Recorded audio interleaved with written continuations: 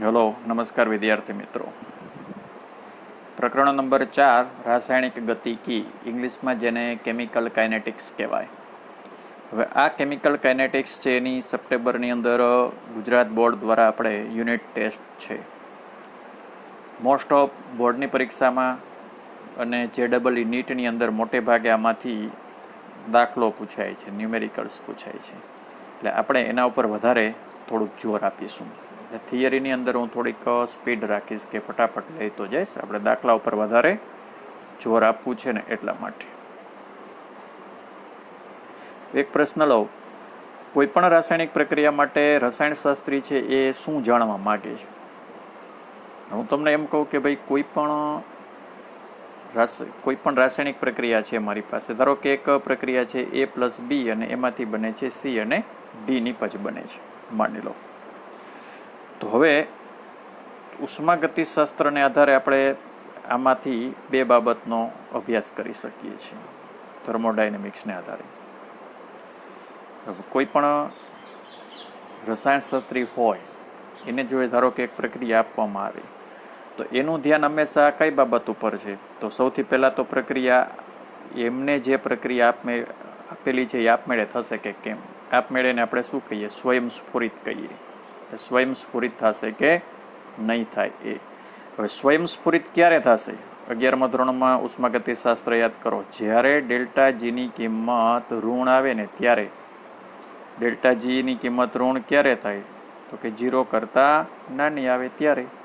એટલે આ પ્રક્રિયા માટે ડેલ્ટા જીની કિંમત જો 0થી નાની આવે તો પ્રક્રિયા આપમેળે થશે. સેકન્ડ થિંગ એ લઈ શકાય કે માની લો કે ભલે આપમેળે થાય, ઓકે. બીજી વસ્તુ એ કે નિપજનું પ્રમાણ કેટલું મળશે, એટલે કે પ્રક્રિયામાં નિપજની માત્રા જાણી શકાય એ જોશે. બીજી વસ્તુ આ ચેક કરશે. હવે નિપજ કેટલી મળશે એનો આધાર સંતુલન અચળાંક K ઉપર આધાર રાખે. જો જે પ્રક્રિયા માટે Kની કિંમત 0 કરતાં મોટી હોય એનો મતલબ કે એવી પ્રક્રિયા માટે પુરોગામી દિશામાં પ્રક્રિયા થાય. પુરોગામી દિશામાં થાય એટલે નિપજનું પ્રમાણ વધારે મળશે. અને જેમ Kની મૂલ્ય મોટું હોય એમ નિપજનું પ્રમાણ વધારે મળશે. એટલે આ બે બાબત છે એ થર્મોડાયનેમિક્સ ઉપરથી આપણે લઈ શકીએ છીએ. ત્રીજી વસ્તુ, રાસાયણિક ગતિકીથી શું માહિતી મળે? ત્રીજી વસ્તુ આ રાસાયણિક ગતિકીથી મળે. ધારો કે નિપજનું પ્રમાણ મળે છે તો નિપજનું પ્રમાણ મળવાનો દર શું છે, વેગ શું છે, કેટલા સમયમાં પ્રક્રિયા પૂરી થશે, એટલે કે કેટલા સમયની અંદર એ નિપજનું પ્રમાણ પ્રાપ્ત થશે. એ થર્મોડાયનેમિક્સથી એ વસ્તુની માહિતી ના મળે. એની માહિતી કેનાથી મળે? રાસાયણિક ગતિકીથી મળે. રાસાયણિક ગતિકી છે એ આમ જોઈએ તો થર્મોડાયનેમિક્સ કરતાં અલગ છે ને આમ એકબીજા સાથે એમ સંલગ્ન પણ છે. બીજો એક પ્રશ્ન લો. રાસાયણિક ગતિકી એટલે શું? રાસાયણિક ગતિકી અને ઉષ્માગતિશાસ્ત્રથી શું માહિતી મળે? રાસાયણિક ગતિકી અંગ્રેજીમાં કાઇનેટિક્સને ગ્રીક અક્ષર કેના ઉપરથી ઉતરી આવ્યો છે? કાઇનેસિસ ઉપરથી ઉતરી આવ્યો છે, જેનો અર્થ થાય હલનચલન. જેમાં પ્રક્રિયાના વેગનો અભ્યાસ કરવામાં આવે એને રાસાયણિક ગતિકી કહેવાય. એવી પ્રક્રિયા કે જેમાં રાસાયણિક પ્રક્રિયાના વેગની માહિતી મળતી હોય, વેગનો અભ્યાસ કરવામાં આવે એને કેમિકલ કાઇનેટિક્સ કહેવાય. રાસાયણિક ગતિકીથી પ્રક્રિયાનો વેગ, પછી વેગને અસર કરતા પરિબળો, પ્રક્રિયા પૂર્ણ થવાનો સમય, આ દરેકની માહિતી મળે. ઉષ્માગતિશાસ્ત્રની માહિતીથી શું માહિતી મળે? ઉષ્માગતિશાસ્ત્રથી માત્ર પ્રક્રિયાની શક્યતા મળે છે. હમણાં આગળ કીધું ને કે સ્વયંસ્ફુરિત થશે, ધારો કે થશે તો નિપજ મળશે તો કે મળશે. અને ત્રીજી વસ્તુ હવે આવે કાઇનેટિક્સ ઉપરથી કે કેટલા સમયમાં પ્રક્રિયા પૂરી થશે. એકદમ સિમ્પલ ઉદાહરણ આપું. ધારો કે 12th સાયન્સની બોર્ડની પરીક્ષા તમે આપો. પરીક્ષા આપી છે સ્વયંસ્ફુરિત, આપમેળે પરીક્ષા આપી છે. અત્યારે ઓનલાઈન હાલે છે, મોસ્ટ ઓફ આપમેળે જેવું જ ગણો. હવે બીજી વસ્તુ એ કે ભાઈ નિપજ મળશે કે નહીં મળે, એટલે પાસ થશો કે નહીં થાવ, તો કે થાશું.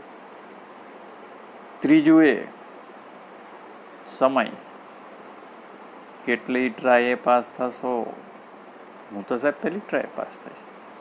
એટલે ત્રીજી વસ્તુ એ કે કેટલા ટકાએ પાસ થશો. બરાબર ને?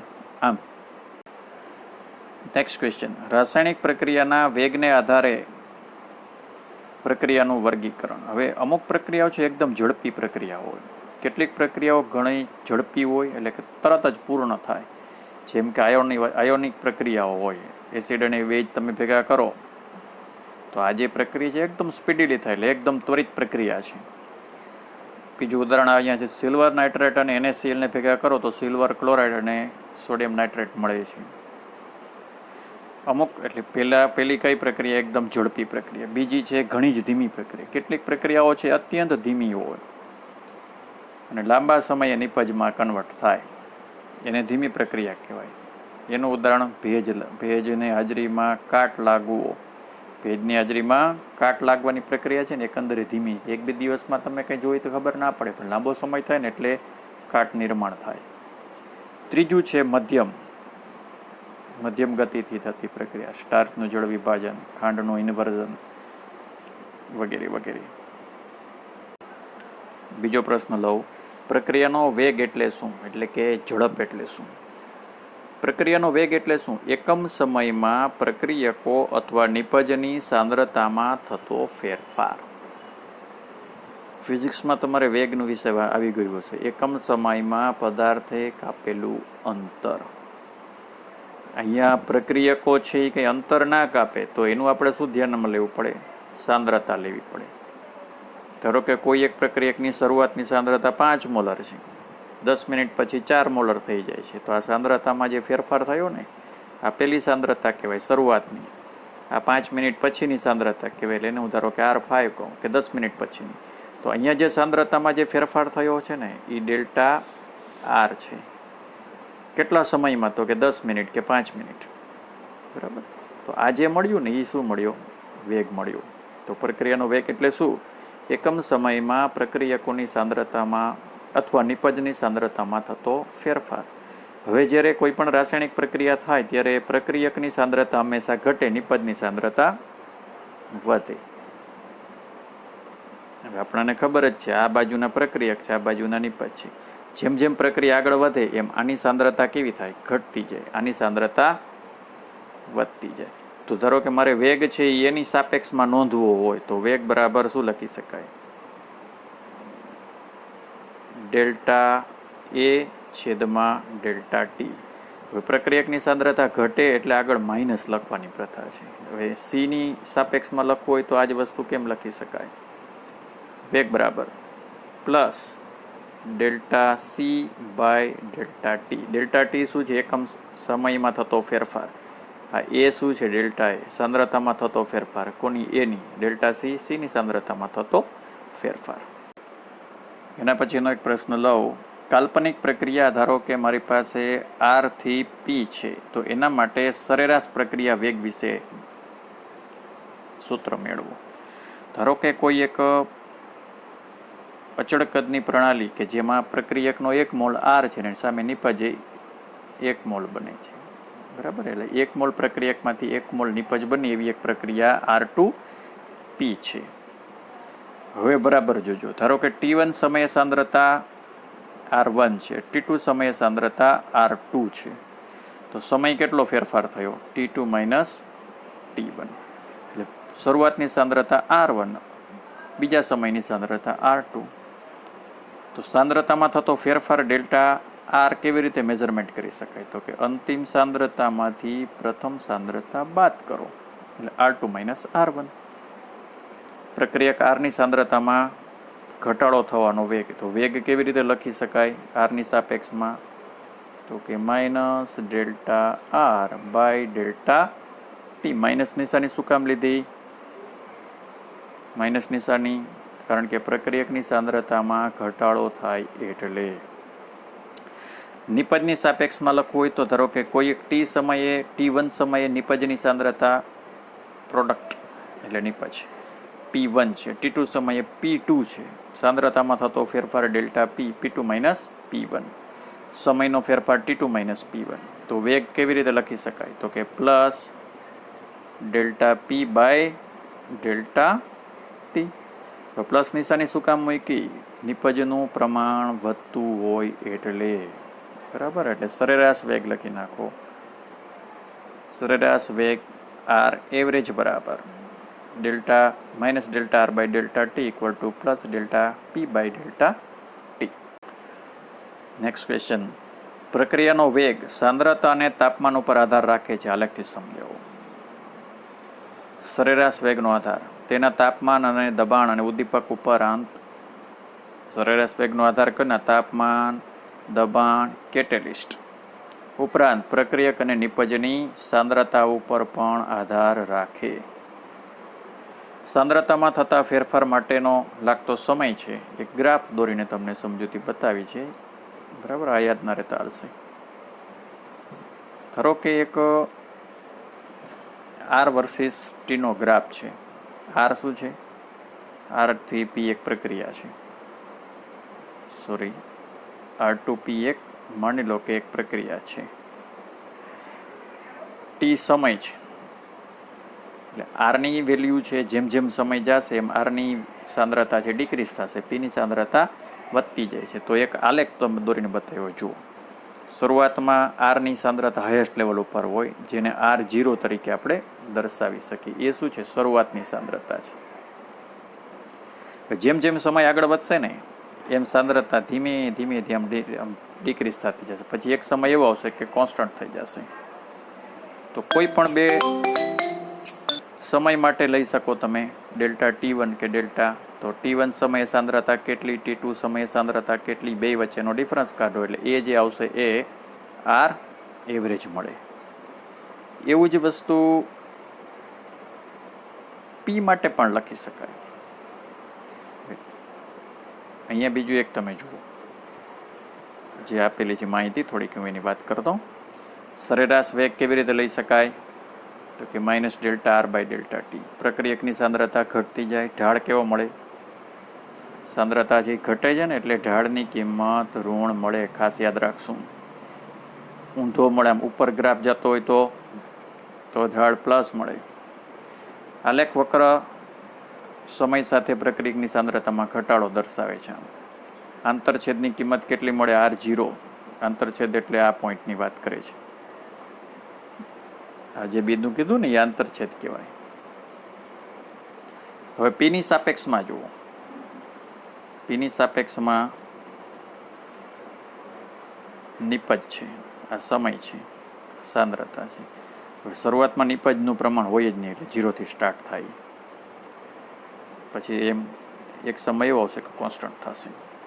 કોઈ પણ બે જુદા જુદા સમયે લઈ લઈએ અને ધારો કે T1 સમય, ત્યારે એની સાંદ્રતા P1 માપીએ. બીજું એક T2 લઉં, ત્યારે એની સાંદ્રતા T2 લઈ શકાય. તો બે વચ્ચેનો સાંદ્રતાનો ડિફરન્સ કાઢી નાખીએ, બરાબર, બાદ બાકી કરી નાખીએ. T1 હતું, T2 હતું. ઢાળની કિંમત અહીંયા કેટલી મળશે? પ્લસ મળશે. વેગ કેટલો મળશે? R average delta P by delta T એટલે P2 માઇનસ P1. કોઈ પણ સમયે જો આપણે વેગ માપીએ ને તો એને આર ઇન્સ્ટન્ટ કહેવાય, એટલે કે ત્વરિત, જેને ડેલ્ટાને બદલે ડીપી બાય ડીટીથી દર્શાવાય, એટલે વિકલન કહીએ ને એ. અહીંયા જે મેં વાત કરી છે, આંતરછેદ કેટલો થાય? 0 છે. અહીંયા બંને ગ્રાફ એકી સાથે દર્શાવો તો આવો કંઈક આલેખ મળે. ત્વરિત પ્રક્રિયા વેગ એટલે શું? એટલે કોઈ પણ ક્ષણે અથવા કોઈ પણ સમયે પ્રક્રિયાનો વેગ મળે ને એને ત્વરિત વેગ કહેવાય, જેને આર ઇન્સ્ટન્ટથી દર્શાવાય. ઓમાં આપણે કેમ delta R by delta T મૂકતા હતા, અહીંયા શું મૂકવાનું? ડી મૂકવાનું, ડી આર બાય dt મૂકવાનું. જો એક અહીંયા ગ્રાફ દોરીને બતાવ્યો છે. ધારો કે મારે આ ક્ષણે માપવો છે, તો આ ક્ષણે જે છે ને ઢાળની તમે મેઝરમેન્ટ કરો ને એ આર ઇન્સ્ટન્ટ થાય.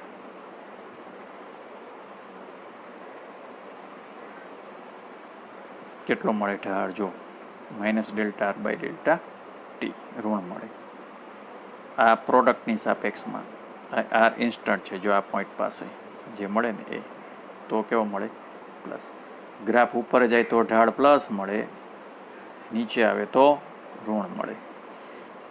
કોઈ પણ સમયે પ્રક્રિયક કે નિપજનો દર અથવા વેગ, એને ત્વરિત વેગ કહેવાય, આર ઇન્સ્ટન્ટ કહેવાય.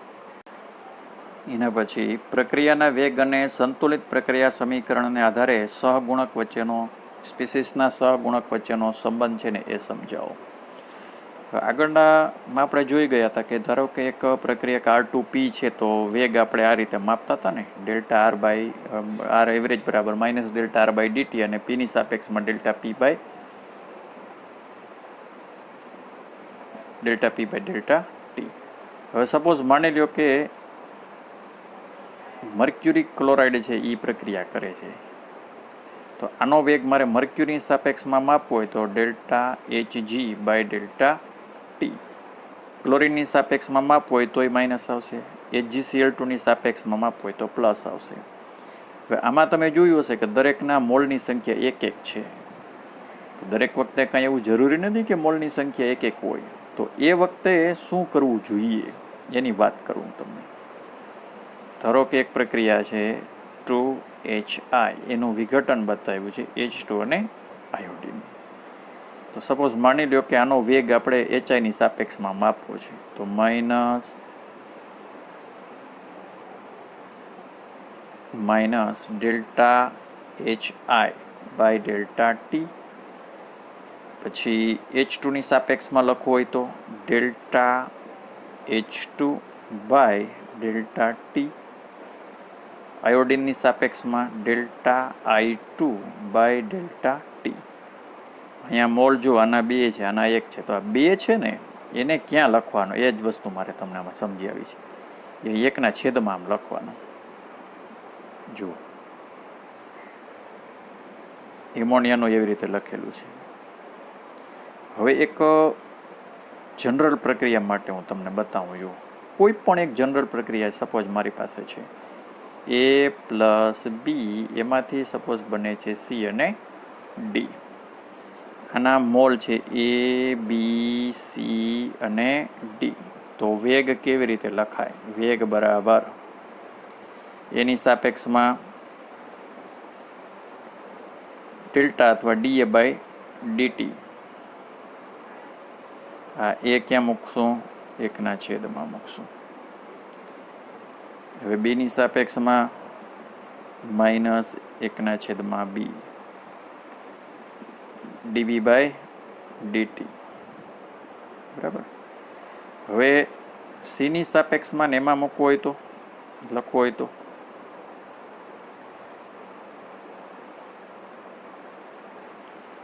સીની સાપેક્ષમાં +1/c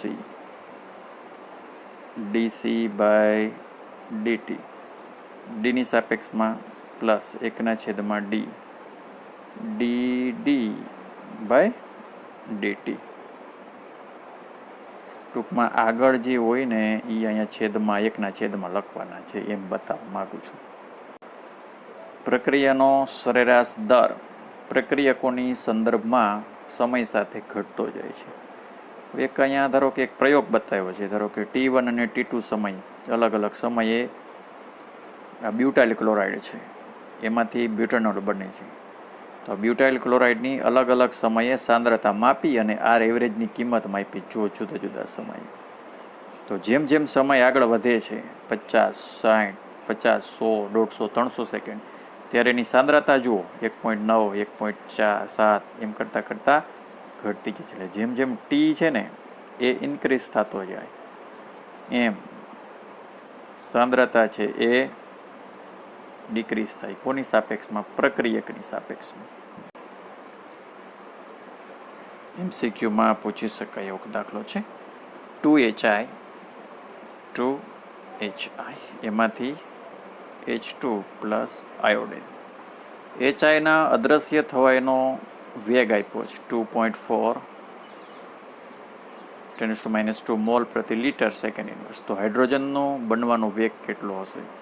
તો મિત્રો જો હાઇડ્રોજનનો બનવાનો વેગ, પહેલાં હું વેગનું સમીકરણ લખું. વેગ બરાબર હાઇડ્રોજનની સાપેક્ષમાં જ લખીએ એટલે પ્લસ dH2/dt ઇક્વલ ટુ HIની સાપેક્ષમાં માઇનસ dHI/dt. આ 2 છે એને ક્યાં મૂકી દેશું? નીચે મૂકી દેશું. હવે HIનો અદ્રશ્ય થવાનો દર કેટલો છે? તો કે 2.4 10⁻². આપણે જોઈએ છે હાઇડ્રોજનનો વેગ, એટલે આ જોઈએ છે.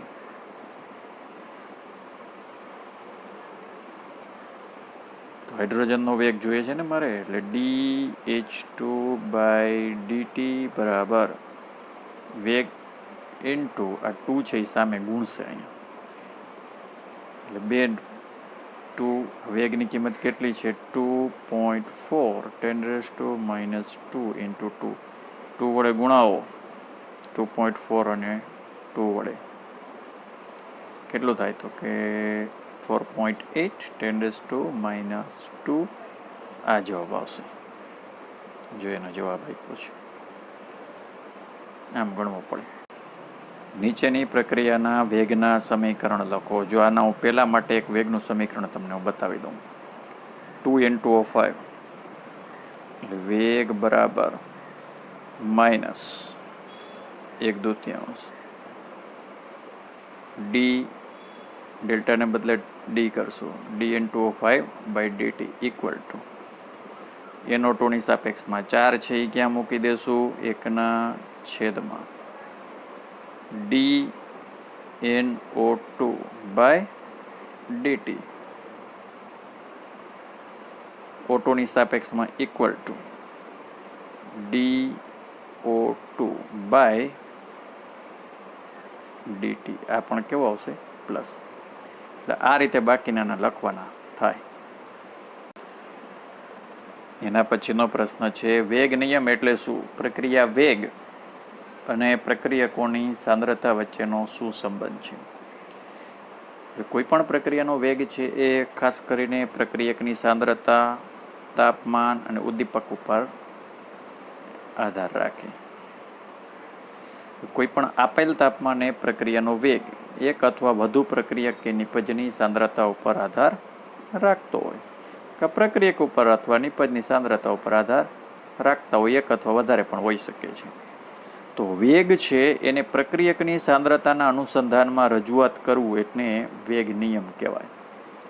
પ્રક્રિયાના વેગને પ્રક્રિયકોની સાંદ્રતાની સાપેક્ષમાં રજૂ કરવું એટલે વેગ નિયમ. જેમ જેમ સમય પસાર થાય એમ પ્રક્રિયકની સાંદ્રતા ઘટતી જાય છે.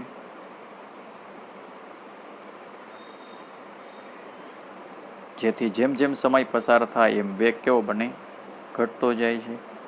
જો પ્રક્રિયકની સાંદ્રતા વધારવામાં આવે તો પાછો વેગ વધે. એટલે પ્રક્રિયાનો વેગ છે એ પ્રક્રિયકની સાંદ્રતાના સમચલનમાં હોય. શરૂઆતમાં પ્રક્રિયકોનું પ્રમાણ વધારે હોય એટલે વેગ હાઈએસ્ટ લેવલ, ધીમે ધીમે ડિક્રીઝ થતો જશે વેગ.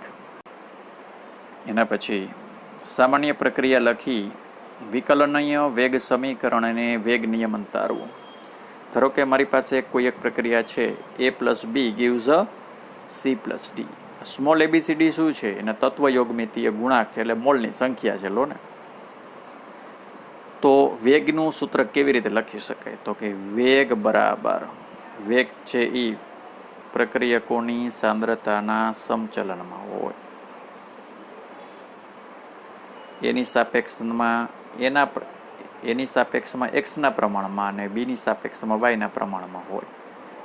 તો આ x અને y જે બતાવ્યા છે ને મેં, એને પ્રક્રિયાનો ક્રમ કહેવાય. બેયનો ટોટલ કરો એટલે આખી પ્રક્રિયા માટે પ્રક્રિયાનો ક્રમ મળે. વિકલનીય વેગનું સમીકરણ, તો વેગ બરાબર શું લખી શકાય? તો કે ભાઈ dr/dt ઇક્વલ ટુ, ચલન દૂર થાય એટલે કે A raise to X B raise to Y, જ્યાં કે શું હતો? સપ્રમાણતા અચળાંક છે, એને શું કહેવાય? વેગ અચળાંક કહેવાય. કે એને શું કહેશું? વેગ અચળાંક કહેશું. તો આ એનું સમીકરણ થઈ ગયું. હવે બીજું એક સમીકરણ છે, જો 2NO plus O2 gives a 2NO2. એના સમીકરણ કેવી રીતે લખી શકાય? તો કે વેગ બરાબર માઇનસ dr બાય dt બરાબર કે NO2 ઉપર 2 O2 ઉપર 2. તો અહીંયા 2 છે એટલે અહીંયા 2 આવ્યું એવું જરૂરી નથી. ઉપર જે ઘાત આપણે લખીએ છીએ ને એક્સ અને વાય, એ શું છે? જે તે પ્રક્રિયકની સાપેક્ષમાં પ્રક્રિયાનો ક્રમ છે. તો પ્રક્રિયાનો ક્રમ છે એ પ્રક્રિયાને જોઈને ખબર ના પડે, એ પ્રાયોગિક રીતે જ મેઝરમેન્ટ કરી શકાય. સામાન્ય પ્રક્રિયા સમીકરણ લખી પ્રક્રિયાનો ક્રમ એટલે શું એ સમજાવો. ધારો કે મારી પાસે એક પ્રક્રિયા છે, A plus B gives C plus D. Small ABCD શું છે? તત્વયોગમિતીય ગુણાંક છે. તો વેગનું સમીકરણ કેવી રીતે લખી શકાય? K A raise to X B raise to Y. તો એક્સ છે ને એ શું છે? એની સાપેક્ષમાં અથવા એના સંદર્ભમાં પ્રક્રિયાનો ક્રમ છે. વાય છે એ બીની સંદર્ભમાં પ્રક્રિયાનો ક્રમ છે. એટલે એક્સ અને વાયનું પ્રમાણમાં તમે જો ફેરફાર કરો તો એને વેગમાં શું ફેરફાર થાય? પ્રક્રિયાનો ક્રમ એટલે શું? તો કે પ્રક્રિયાના વેગની અભિવ્યક્તિમાં પ્રક્રિયકોની સાંદ્રતા ઉપર દર્શાવતો જે ઘાતાંક છે ને એને પ્રક્રિયાનો ક્રમ કહેવાય. વેગના સમીકરણમાં પ્રક્રિયકોની સાંદ્રતા ઉપર જે ઘાતાંક લખ્યો છે શું કહેવાય? એને પ્રક્રિયા ક્રમ કહેવાય. પ્રક્રિયા ક્રમ છે એની કિંમત 0, 1, 2, 3 અપૂર્ણાંક પણ હોઈ શકે, અને જે હંમેશા પ્રયોગથી નક્કી થાય, પ્રક્રિયા જોઈને ખબર ના પડે. એના પછી પ્રાથમિક અને જટિલ પ્રક્રિયા એટલે શું? જો મિત્રો, એકદમ પાકું કરવાનું નથી, ખાલી માહિતી શબ્દોનો સમજવાનું છે. પ્રાથમિક પ્રક્રિયા એટલે કે એક જ તબક્કામાં જે પ્રક્રિયા પૂરી થતી હોય એની પ્રાથમિક પ્રક્રિયા છે. પ્રાથમિક પ્રક્રિયાનો ક્રમ અને આણ્વિકતા એક સરખી હોય, એટલે એક જ અણુ પ્રક્રિયામાં ભાગ લેતો હોય તો એક આણ્વિક કહેવાય, 2 અણુ ભાગ લેતો હોય તો દ્વિઆણ્વિક કહેવાય. જટિલ પ્રક્રિયાઓ જે પ્રક્રિયા પ્રાથમિક પ્રક્રિયકોની શ્રેણીમાં પૂર્ણ થાય, એનો મતલબ કે એક કરતાં વધુ તબક્કામાં પ્રક્રિયા રચાતી હોય એવી પ્રક્રિયાને જટિલ પ્રક્રિયા કહેવાય. જટિલ પ્રક્રિયા છે એક કરતાં વધારે તબક્કામાં પૂર્ણ થાય છે. તો જે તબક્કો સૌથી ધીમો હોય ને, એકમાંથી પહેલો તબક્કો, બીજો તબક્કો, ત્રીજો તબક્કો, તો જે તબક્કો ધીમો હોય ને એ વેગ નિર્ણાયક તબક્કો ગણાય, કારણ કે ભિન્ન તબક્કામાં પ્રક્રિયા અલગ અલગ થાય. એટલે આણ્વિકતા છે એ એક સરખી રહેતી ના હોય ને, એ ઉદાહરણ પણ આપ્યા છે, બરાબર. એના પછી સામાન્ય પ્રક્રિયા લખી વેગ અચળાંકનો એકમ તારવો. થિયરી પાકી નથી કરવાની, થિયરી કઈ આવશે ને કઈ સામાજિક. ધારો કે એક સામાન્ય પ્રક્રિયા છે, A plus B gives C plus D. તો આ સામાન્ય પ્રક્રિયાનો વેગનું સમીકરણ લખી શકાય. વેગ બરાબર minus dr by dt equal to K A raise to X B raise to Y. K બરાબર શું થાય? તો કે વેગ છેદમાં A raise to X B raise to Y. X plus Y શું છે? એ આખો પ્રક્રિયાનો ક્રમ છે. આખી પ્રક્રિયા માટે ધારો કે હું n ગણું તો એની કિંમત આવી લઈ શકાય આપણે 1, 0, 1, 2, 3 વગેરે વગેરે મળી શકે. વેગનો એકમ શું થાય? મોલ પ્રતિ લિટર, જેને આપણે કહીએ ને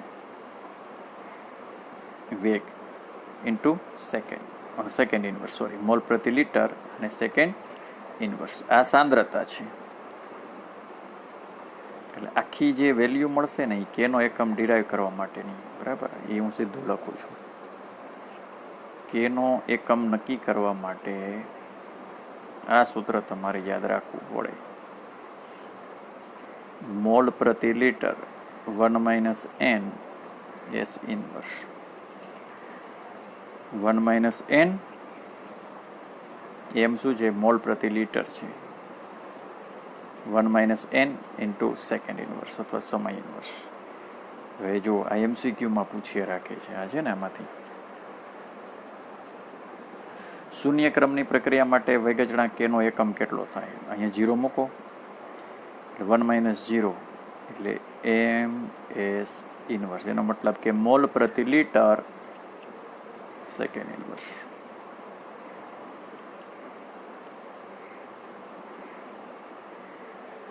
પ્રથમ ક્રમની પ્રક્રિયા એટલે એક ક્રમ હોય તો અહીંયા એક મૂકો. હવે 1 - 1 0 થઈ ગયું એટલે ખાલી સેકન્ડ ઇન્વર્સ. 2 મૂકો તો 1 - 2 એટલે ઇન્વર્સ થશે, એટલે મોલ પ્રતિ litre m inverse s inverse, એટલે ઊંધું થઈ ગયું ને, લીટર ઉપર આવી જશે. આનો ઇન્વર્સ કરું તો આ litre mall inverse second inverse, એટલે ગમે એ ક્રમની લઈ શકાય. તો તૃતીય ક્રમની કીધી હોત તો તૃતીય ક્રમની પ્રક્રિયા માટે k નો એકમ શું થાય? તો હમણાં જ તમને મેં બતાવ્યું કે કેમ યાદ રાખવાનું. m 1 - n s inverse. n બરાબર કેટલા છે? 3 છે, એટલે 1 - 3 1 - 3 એટલે 2. દાખલામાં કામ આવશે જો આ વસ્તુ. એટલે કે મોલ પ્રતિ લિટર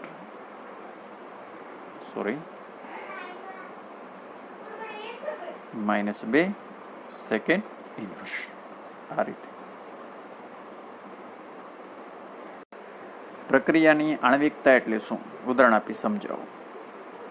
પ્રાથમિક પ્રક્રિયામાં ભાગ લેતા એટલે કે અણુ પરમાણુ કાયણની સંખ્યા જે એકબીજા સાથે અથડામણ પામી રાસાયણિક પ્રક્રિયા પૂર્ણ કરે એને આણ્વિકતા કહેવાય. પ્રાથમિક પ્રક્રિયા એટલે એક જ સ્ટેપમાં થતી હોય ને એવી. એમાં કેટલા અણુઓ છે એકબીજા સાથે સંઘાત પામે છે, અથડામણ અનુભવી અને નિપજ આપે છે કે રાસાયણિક પ્રક્રિયા કરે છે એની સંખ્યા એટલે આણ્વિકતા. એક આણ્વિક પ્રક્રિયા હોય, દ્વિઆણ્વિક હોય કે ત્રિઆણ્વિક હોય. એક આણ્વિકની અંદર સ્પીસીસ પ્રક્રિયામાં ભાગ લેતી હોય એ સ્પીસીસની સંખ્યા એક જ હોય. ઉદાહરણ, એક આણ્વિક પ્રક્રિયાનું ઉદાહરણ જુઓ. એમોનિયમ નાઇટ્રાઇટનું વિઘટન છે ને એક આણ્વિક પ્રક્રિયા છે. દ્વિઆણ્વિક પ્રક્રિયા જે રાસાયણિક પ્રક્રિયામાં બે સ્પીસીસ છે એ સંઘાત અનુભવતા હોય. હાઇડ્રોજન આયોડાઇડનું વિઘટન, 2 અણુઓ પ્રક્રિયામાં પાર્ટિસિપેટ કરે છે. ત્રિઆણ્વિકમાં 3 અણુઓ પાર્ટિસિપેટ કરશે એટલે એકબીજા સાથે અથડામણ અનુભવશે. આ એક એનો, બીજો એનો અને આ O2, આ ત્રણેય છે ને અથડામણ અનુભવે. 3 પ્રક્રિયા, 3 અહીંયા એ તો આણ્વિકતા 3 થાય. જોકે આવી વધારે આણ્વિકતા વાળી છે ને એવી ઓછી હોય. અને છેલ્લે બહુ આણ્વિક, 3 કરતાં વધારે હોય ને, 3 કરતાં વધારે અણુઓ જે સંઘાત પામતા હોય ને બહુ આણ્વિક કહેવાય. એવી સંભાવના ખૂબ જ ઓછી હોય ને સાવ કેવી હોય? અતિ ધીમી પ્રક્રિયા હોય. જટિલ પ્રક્રિયાના પ્રક્રિયાક્રમ ઉદાહરણ આપી સમજાવો, પાકું કરવાનું રહેતું નથી. 3 થી વધુ પ્રક્રિયકોના અણુઓ જે ધરાવતી પ્રક્રિયા છે એવું એક ઉદાહરણ આપ્યું. ધારો કે ત્રિઆણ્વિક પ્રક્રિયા છે, પોટેશિયમ ક્લોરેટની ફેરસ સલ્ફેટ સાથે પ્રક્રિયા થાય છે ત્યારે ટોટલ મોલ કેટલા? 10 મોલ પ્રક્રિયક બાજુએ છે. સંતુલિત સમીકરણ સૂચવે છે કે પ્રક્રિયાક્રમ 10 હોઈ શકે, પણ પ્રાયોગિક પરિણામે આ ક્રમ કેટલામો છે? સેકન્ડ ઓર્ડર છે, દ્વિતીયક છે. એક કરતાં વધારે તબક્કાની પ્રક્રિયાનો ક્રમ, 2 અલગ અલગ તબક્કામાં પ્રક્રિયા થાય છે તો વેગ નિર્ણાયક કયો? જટિલ પ્રક્રિયાઓ છે ને એક કરતાં વધુ તબક્કામાં થતી હોય તો જે તબક્કો ધીમો હોય ને એ વેગ નિર્ણાયક ગણાય. આપણે તમારી એટલી જ વસ્તુ યાદ રાખવાની છે. જો સમજો, હાઇડ્રોજન પેરોક્સાઇડનું વિઘટન છે ને એ 2 તબક્કામાં થાય.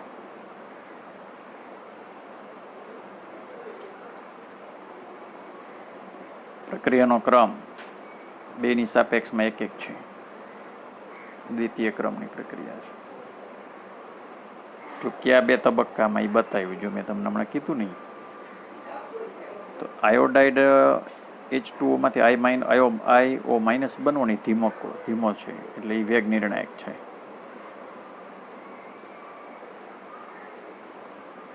અને ધીમા તબક્કાની અંદર જેટલા પ્રક્રિયા હોય આણ્વિકતા પ્રક્રિયાનો ક્રમ હોય ને એટલી આણ્વિકતા લઈ શકાય. ખાલી વાંચવાનું છે, પાકું કરવાનું રહેતું નથી. નીચેનો વેગ નિયમ ધરાવતી પ્રક્રિયાનો વેગ અચળાંક કેનો એકમ નક્કી કરો. પ્રક્રિયા આપી છે, એનો વેગ છે કે a⁻1/2 છે અને b⁻2 છે. તો કુલ પ્રક્રિયાનો ક્રમ કેટલો થશે? તો કે 1/2 + 2 એટલે કે 5/2, મતલબ કે 2.5. હવે કેનો એકમ ગોતવા માટેનું મેં તમને આગળ સમજાવ્યું હતું. હમણાં જુઓ, કેનો એકમ ગોતવા માટેનું શું કીધું હતું? આવું કંઈ લખવું નથી આપણે. m1 - n s inverse. તો આ n છે, કયો? 2.5 મળ્યો ને એ. જો હમણાં જવાબ મળી જશે ડાયરેક્ટ. તો આ m એટલે મોલ પ્રતિ લિટર. 1 - 2.5 s inverse. જો m એકમાંથી અઢી બાદ કરો તો કેટલા થાય? 1.5 થાય.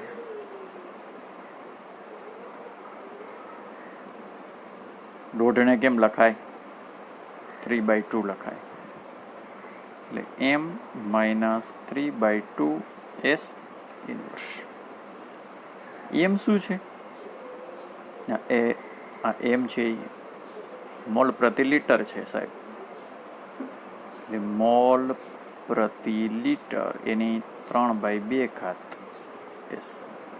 હવે જો સિમ્પ્લિફિકેશન આપું, મોલ ઉપર કેટલા થાય? -3/2. આ છેદમાં છે, છેદનો છેદ અંશમાં જશે એટલે પ્લસ થાય. બરાબર, એસ ઇન્વર્સ. આ જવાબ તમારો. આખું એકવાર જોવો એટલે ખબર પડશે. ધીમે ધીમે ધીમે જોતા જાઓ ને તો આવડી જશે. આવી લાંબી પ્રોસિજર યાદ નથી રાખવાની, એક સૂત્ર જ યાદ રાખવાનું છે. કયું? m1 - n s inverse. એમ શું છે? મોલ પર લિટર છે. એના પછી પ્રક્રિયાના વેગની અભિવ્યક્તિ આપેલી છે, તો ક્રમ નક્કી કરવાનો. પેલું શું આપ્યું ચેક કરો. વેગ બરાબર કે a⁻1/2 b⁻3/2. હવે ક્રમ નક્કી કરવા માટે આપણે શું કરવાનું? આ ઉપરનાનો સરવાળો કરવાનો. અહીંયા તમે જોશો છેદ સરખા છે, ઉપરનાનો સીધો ટોટલ થાય 1 ને 3 4, 4/2 એટલે કેટલા આવે? 2 આવે. તો કેટલામાં ક્રમ થાય? સેકન્ડ ઓર્ડર થાય, દ્વિતીય ક્રમ થાય. એવું જ બીજા માટે જો 3/2 - 1. 3/2 એટલે 1.5 ઓછા 1. 1.5માંથી 1 બાદ કરો તો કેટલા થાય? 0.5 એટલે કેટલા થાય? હાફ. તો ક્રમ થાય હાફ. પ્લસ લખવાની જરૂર નથી જોકે.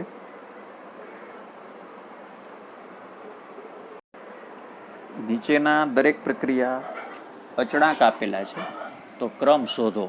હવે મિત્રો, એકમ આપેલો હોય ને એને આધારે તમને ક્રમ છે ને ખબર પડી જવી જોઈએ. આનો એકમ શું છે? L.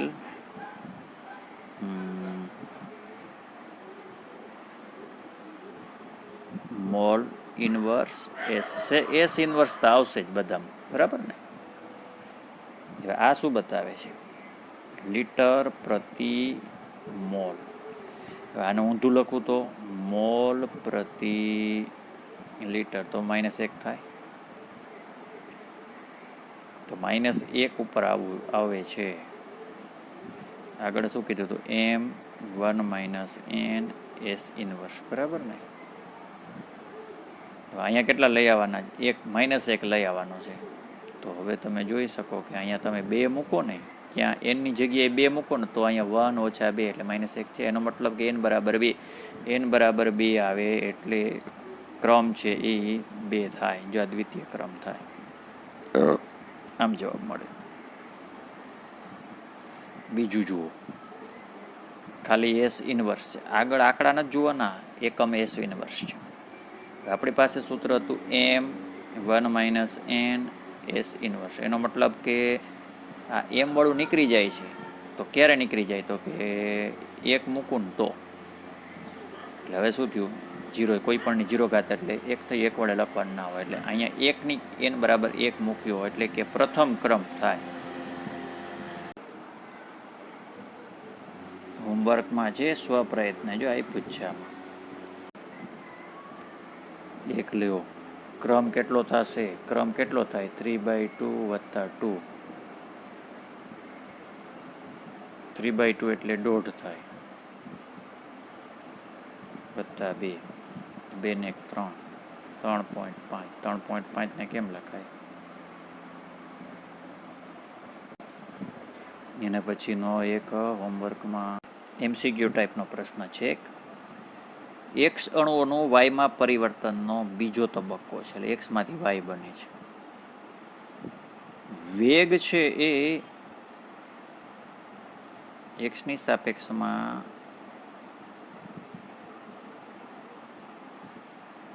બીજા ક્રમને અનુસરે. ઉપર 2 છે બરાબર ને, બીજો ક્રમ છે ને એટલે 2 લખ્યું. હવે જો એક્સની સાંદ્રતા તમે 3 ગણી કરો તો વેગ કેટલા ગણો થાય? 3 ઉપર 9. 3 નો વર્ગ એટલે કેટલો? 9 ગણો થાય.